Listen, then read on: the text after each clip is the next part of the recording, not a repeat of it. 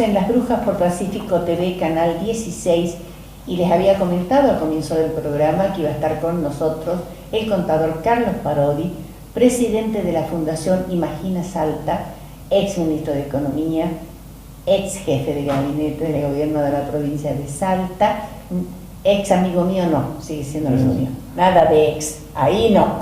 Hola Carlitos, ¿cómo estás? Bien, muy bien, gracias por la invitación. No, gracias por haber venido realmente, y con vos hay mucho para hablar, sí, muchísimo, no solamente lo sobre que todo en este contexto. Exactamente, no solamente lo que la fundación está haciendo, y ya me enteré de unas charlas sobre educación sexual que van a empezar también, pero me interesa en estos momentos, dadas las funciones que vos cumpliste dentro del gobierno provincial, la situación económico, financiera, político y social que está viviendo la Argentina. ¿Qué pasa con este gobierno que, perdón la expresión, no da pie con bola? Sí, la verdad que... Se le escapa la pelota a Messi. Sí, tal cual. Para mí la conferencia de prensa del presidente, él tuvo una definición que no es menor, o sea, él definió una situación de emergencia. Entonces cuando uno está en una situación de emergencia, ya no es una tormenta lo que está viviendo. Si lo graficamos, uno va en un avión y plantea que está en una situación de emergencia, es que la situación está complicada y hay dos caminos solamente ante una emergencia. O uno zafa de la emergencia o se pega un palo, o sea, no hay muchas alternativas. Cuando uno dice hay una tormenta, la idea es pasar la tormenta, pero ya en un contexto de ese tipo, y cómo se definió, ese es el marco de la situación. Después, pero es que venían poniéndole títulos que no correspondían, exacto, a la crisis que realmente está ocurriendo, ¿no? Sí, lo que pasa es que la sensación es que ellos con títulos trataban de llevar la situación y engañar al mercado, pero después la situación real pasa por encima de cualquier cosa que uno pueda llegar a decir. O sea, uno puede tratar de dibujar y de plantear con otro léxico las cuestiones, pero después la vida real es bastante más dura que lo que uno puede llegar a decir.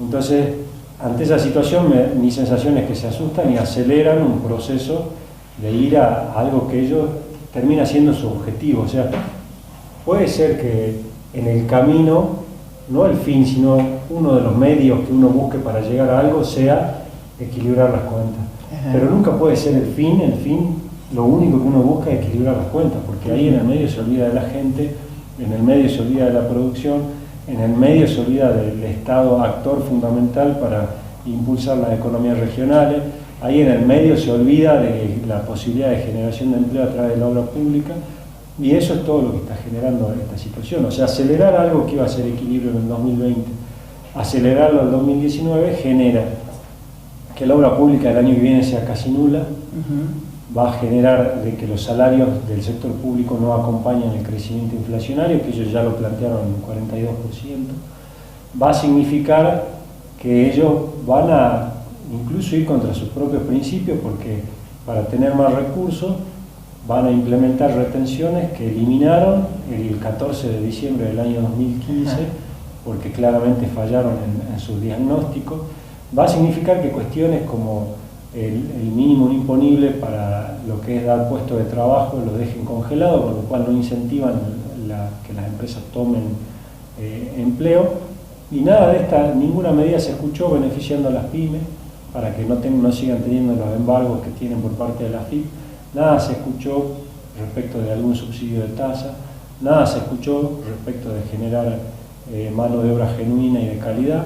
Sí se escucharon cosas que van a dar como una ayuda, un bono extra a los que tienen la asignación universal, sí, que si uno lo calcula por día son 13 pesos con 30 por día, que no alcanza ni para un litro de leche. No, entonces, nada. Cuando uno empieza a ver ese contexto y esas situaciones, como vos bien decís, que da la sensación de que no dan pie con bola, mi preocupación estrictamente pasa, y yo percibo ya casi peligroso la situación social en la cual está nuestra gente. Exactamente. Porque somos pocos los que vamos quedando con posibilidad de llegar a fin de mes, porque uno tiene trabajo, porque uno lo puede afrontar de esa manera, pero la mayoría de los ciudadanos no tienen esa suerte. Entonces es preocupante lo que está Claro, pasando. pero a Y veces, uno no ve Carlito, salida, ¿no? perdón, Y uno no ve una alternativa. salida, claro. Esa luz que decía Michetti al final del túnel, para mí que se le han puesto un toldo y nunca más se pudo ver la luz, ¿no? Sí, tal cual. Totalmente. Vos hablabas del tema de las personas que tienen su trabajo, etcétera, etcétera, pero tampoco llega a fin de mes, ¿eh? Sí, no, está bien complejo porque su salario no va acompañado a la inflación. Sí, la mayor parte del crecimiento económico que puede tener la economía argentina es consumo, porque la verdad que nos falta impulsar otras actividades como la industrial, como puede ser la exportación o lo que fuera. Entonces, ¿qué va a pasar con el consumo? Nosotros vamos a cerrar un año con un 4 adelante de inflación, 41, 42, 45, si no entramos en una espiral. Entonces, los salarios van a cerrar con un 2 adelante, 21, 22, 25. Entonces, esa brecha de 15, 20 puntos hace esto que vos estás diciendo, o sea, no alcanza para llegar a fin de mes, no alcanza para que el asalariado llegue. Sí. Entonces, eso deprime también la actividad económica.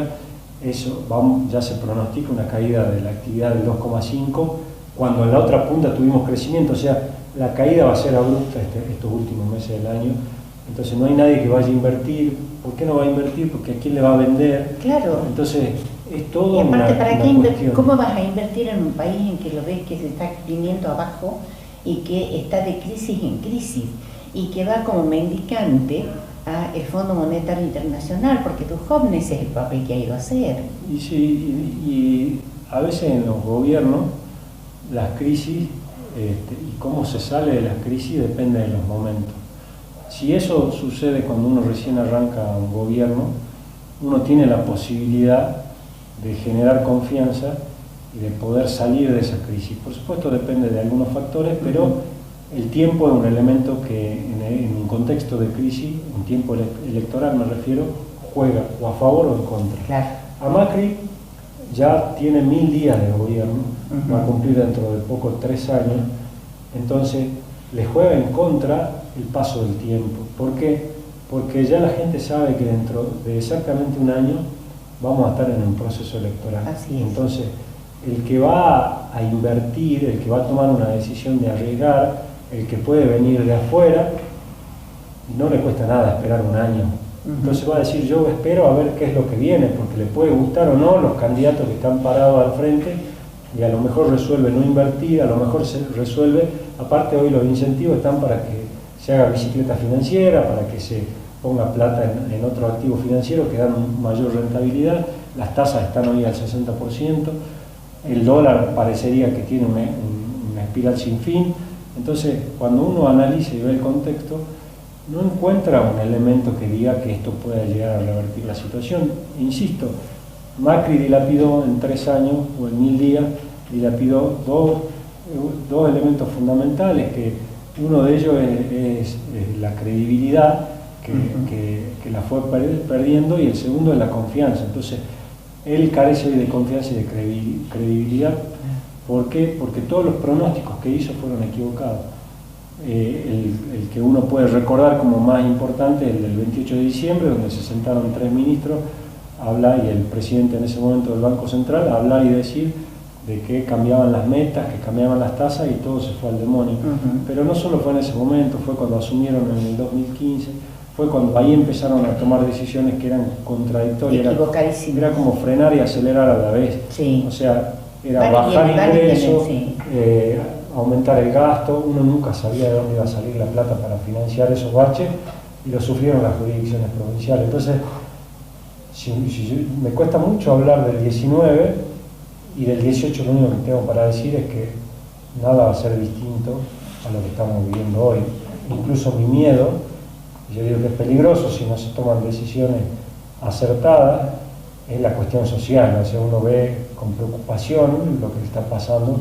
Estuvimos en Tartagal hace poquito y la gente la está pasando mal.